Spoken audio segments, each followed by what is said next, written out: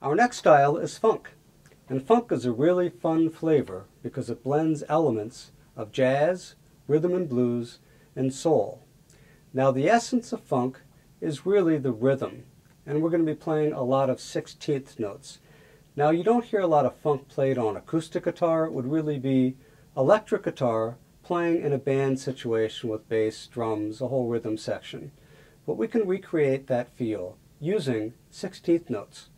Now we're also going to use a new flavor chord, and if you look on page 24 you'll see the example and a new chord for you, and this is an E9 chord.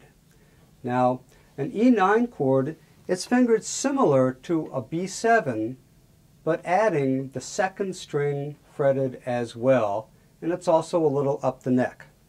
So first of all, let's look at the rhythm and then we'll look at the chord.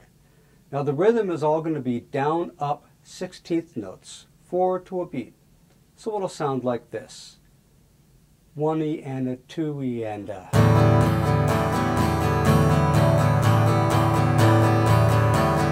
1, 2, 3, 4. Now we're going to combine that with our new E9 chord. So let's take a look at that. You'll see in your chord diagram and down in the tab, it looks kind of like a B7 chord, but up the neck. So pretend you're playing a B7 chord, but instead of the 1st and 2nd frets, move it up to the 6th and 7th frets. Then the next thing you're going to do is take your ring finger of your left hand and depress the top 3 strings there at the 7th fret. So again, we've got the 1st finger on the 4th string 6th fret, the 2nd finger on the 5th string 7th fret, and then the 3rd finger of the left hand across the top 3 strings on the 7th fret. Now if that's difficult for you, you can start out by using the pinky to help reinforce that 3rd finger on those top strings, and eventually you'll get the strength to do that.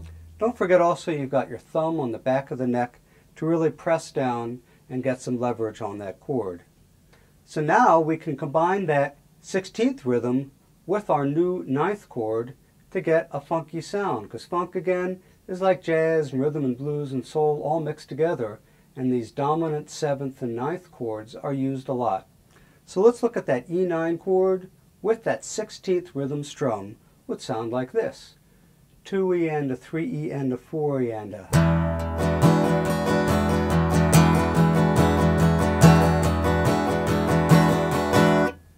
Now if you look at the second measure on page 24, you'll see that the first strum, the downbeat, is actually 1 fret lower than the rest of the chord.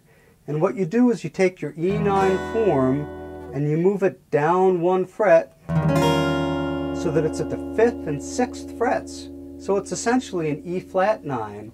We're going to play that for 1 strum and then slide it back up to the right to get the E9 chord.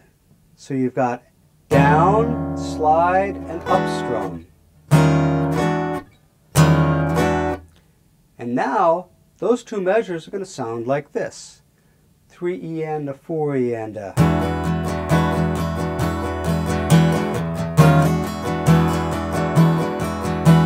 Slide, never stop strumming down, up, all 16th notes.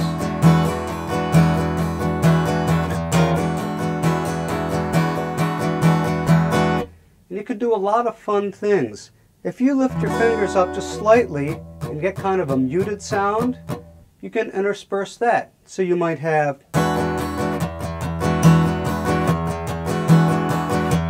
every other beat, play it muted. Or take our slap strum and slap down on the 2nd and 4th beats, you'll get something like this.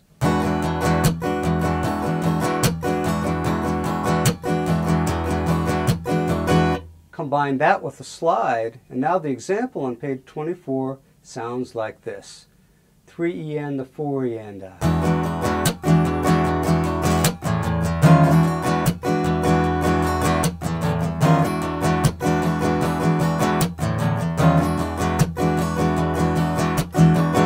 And funk's all about the accents, so feel free to accent different parts of the measure. Really have fun with it. You want to be accurate in your strumming and with your rhythm, but you want to be loose as well. And funk is a fun style, so we're going to use this on our first two funk loops.